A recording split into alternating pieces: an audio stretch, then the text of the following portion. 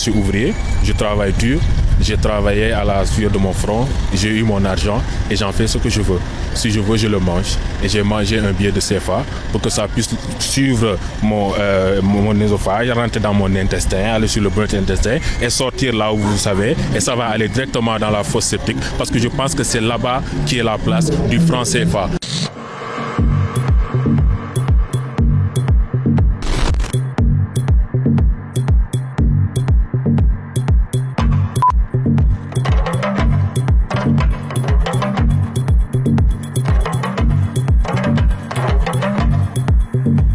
C'était le lendemain de la Seconde Guerre mondiale.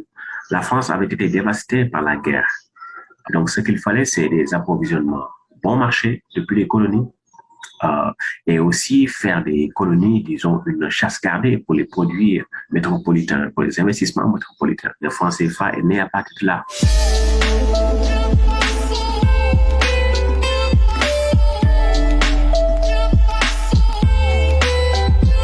On a dit à ces pays, vous allez être indépendant parce que maintenant on sait que l'indépendance est inexorable. Mais bon, on va vous donner une indépendance sans souveraineté, sans les attributs de la souveraineté.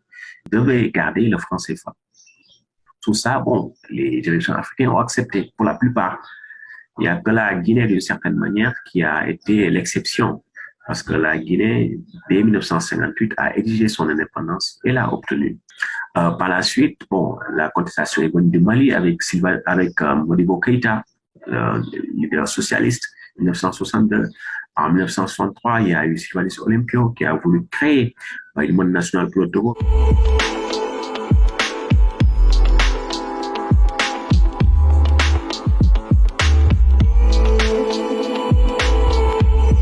Nous voudrions que la parité du franc CFA par rapport au franc français soit reconsidérée. C'est une question de justice et nous souhaitons qu'une étude exhaustive basée sur des critères objectifs permette de fixer dans les meilleurs délais une nouvelle parité plus favorable à nos peuples.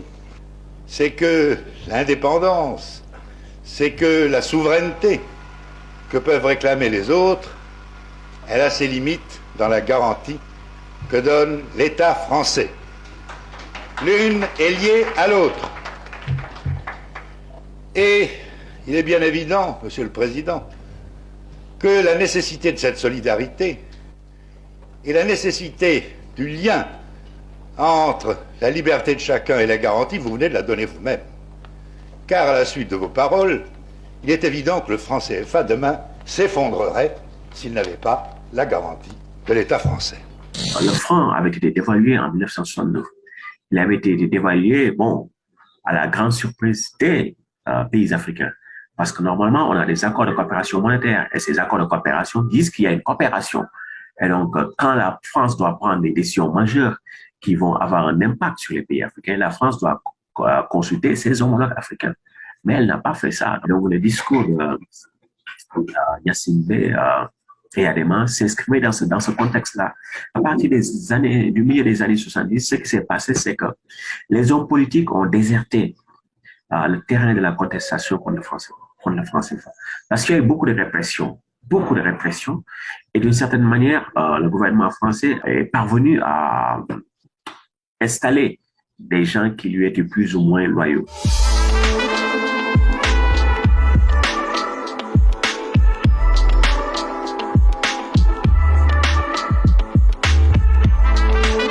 Poisson là, changé. Poisson à l'hôtel avant c'était 500, maintenant 2000. Guri, on payait ça là en brousse, 50 kilos là 8000. Maintenant là-bas, 50 kilos là c'est 10 000. En 1994, c'est le franc CFA lui-même qui a été dévalué vis-à-vis du franc. C'était la première fois depuis 1948. Et les chefs d'État africains n'étaient pas d'accord. On leur a dit, vous acceptez la dévaluation ou on vous coupe de l'aide internationale. Quand vous regardez l'impact au niveau des populations, mais ça a été catastrophique, perte de pouvoir d'achat. C'est à partir de là qu'on a commencé le micro-détail. Avant, les gens pouvaient acheter des pots de lait, des pots de café, etc. sans problème. Des familles, classe moyenne. Mais après la dévaluation, c'est des micro-sachets de lait, des micro-sachets de café. C'est comme ça que les ménages se sont adaptés à la dévaluation.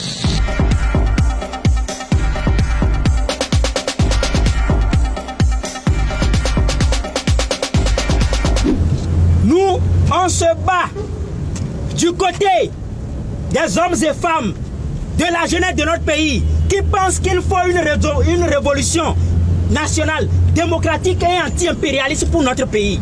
Et cela participe, n'est-ce pas, de la guerre contre le franc CFA, qui est en fait le cordon ombilical par lequel l'ancien colonisateur, la France, continue, n'est-ce pas, de tenir notre pays, de l'exploiter, de le gruger et faire de nous des esclaves au XXIe siècle.